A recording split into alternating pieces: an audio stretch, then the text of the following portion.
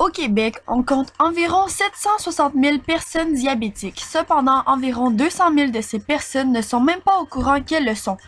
Selon une estimation, d'ici 2025, le nombre de diabétiques aura doublé. Peut-être le serez-vous. Comment le savoir? Plusieurs d'entre vous doivent se poser la question en ce moment. C'est ce que je tenterai de vous expliquer. Mais d'abord, qu'est-ce que le diabète? Est-ce un simple problème d'alimentation? Est-ce seulement le fait de se piquer? C'est ce que l'on va éclairer ensemble.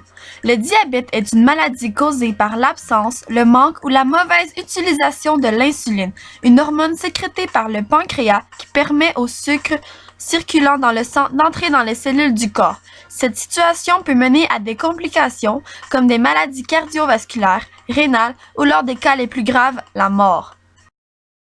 Il y a deux types de diabète. Le premier est plus fréquent chez les jeunes. Et oui, vous, les jeunes, vous êtes bien à risque du diabète de type 1.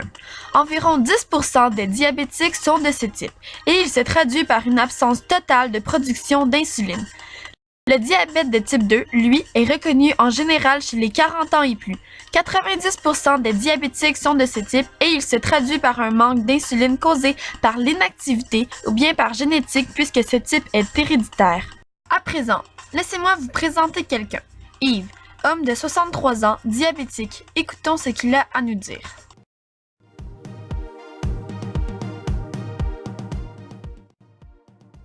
« 22 ans dans l'an passé, une entrevue pour un emploi.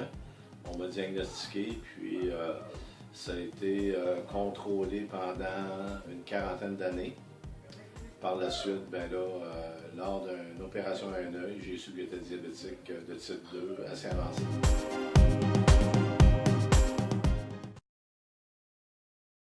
Oui, j'ai dû la modifier en ce sens que les portions sont plus réduites. On réduit les sucres, les gras, et puis,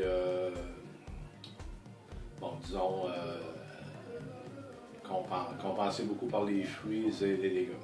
Donc, vous devrez sûrement diminuer ou arrêter de manger tout ce qui vous plaît.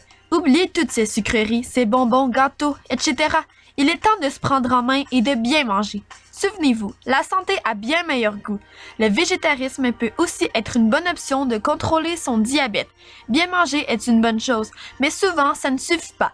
La plupart des diabétiques doivent aussi suivre une médication. Allons voir ce que Yves en pense.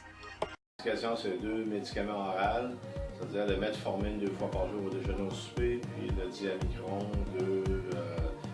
2 pilules le matin au déjeuner. Et tu n'as pas besoin de prendre la pompe à insuline? Non, pas pour l'instant. Peut-être que ça va le devenir, par exemple, dans un avenir plus ou moins loin. Par la suite, une chose très importante, faire de l'activité physique. Nous savons tous que faire du sport est un bon moyen d'être en santé, d'être en forme et de se sentir bien dans sa peau. Mais ce n'est pas tout. L'activité physique est une des clés pour réussir à contrôler son diabète. Voici ses avantages.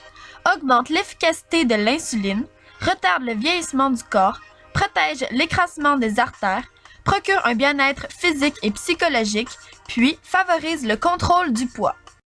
Oui, l'activité physique est un très bon moyen de contrôler son diabète lorsque nous avons la maladie. Mais si tu n'es pas diabétique, faire de l'exercice physique est aussi un excellent moyen de prévenir la maladie. Commencez à bouger maintenant et vous serez moins à risque. C'est aussi simple que cela. Ce que j'essaie de vous faire comprendre en ce moment, c'est que seulement quelques entraînements pourraient changer le cours de votre vie. Tout le monde devrait faire du sport. Trouvez-vous une activité que vous aimez faire et pratiquez-la au moins 3 fois par semaine. Allez courir, faire du vélo, faire un sport d'équipe, de la natation. Ou si bouger est moins votre truc, allez prendre une marche, faites du jardinage ou encore allez faire du patin. Ça fait toujours du bien prendre l'air. Cependant, il est bien important de choisir des activités selon votre personnalité et votre état de santé. Mais le plus important encore, parlez à votre médecin avant d'entreprendre toute activité. Or, il y a des sports qui sont déconseillés comme la plongée sous-marine, le deltaplane ou le parachutisme. Donc, si vous êtes une personne intense qui aime les sports extrêmes et que vous êtes diabétique, il vaut mieux ne pas les pratiquer par précaution.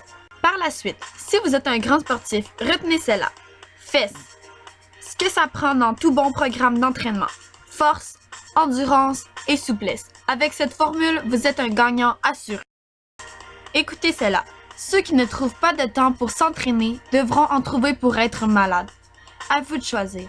Mais pour l'instant, allons voir si notre Yves est un grand sportif. J'ai toujours fait de l'activité physique, j'ai jamais arrêté de faire de l'activité physique. Et ça vous aide à contrôler votre diabète? Ce qui m'aide actuellement, c'est le golf. Quand je joue un 9 trous, ma glycémie est contrôlée à 8. 8, ça veut dire que c'est dans les standards. Yves vient de parler de glycémie. La glycémie, c'est le niveau de sucre qu'il y a dans le sang. S'il est en haut de 10, on tombe dans l'hyperglycémie, trop de sucre dans le sang. Ou bien en bas de 4, en hypoglycémie, pas assez de sucre dans le sang. Ce qui est bien avec l'activité physique, c'est qu'en faisant du sport, il est beaucoup plus facile de contrôler son niveau de glycémie, donc de contrôler son diabète. Finalement, pour résumer tout cela, si vous mangez bien, si vous faites de l'activité physique régulière et si vous prenez bien votre médication, il sera facile de vivre avec le diabète. Comme le dit si bien Yannick Noah, chanteur et joueur de tennis, le secret, c'est de vivre au jour le jour, ici et maintenant, et de bien hiérarchiser les objectifs. Il y a la montagne à gravir et les étapes pour arriver au sommet. Ces étapes sont votre quotidien. Donc, si vous êtes diabétique ou si vous le devenez, ce n'est pas la fin du monde. Prenez les bonnes décisions pour réussir à bien vivre avec cette maladie et vivez votre vie à fond.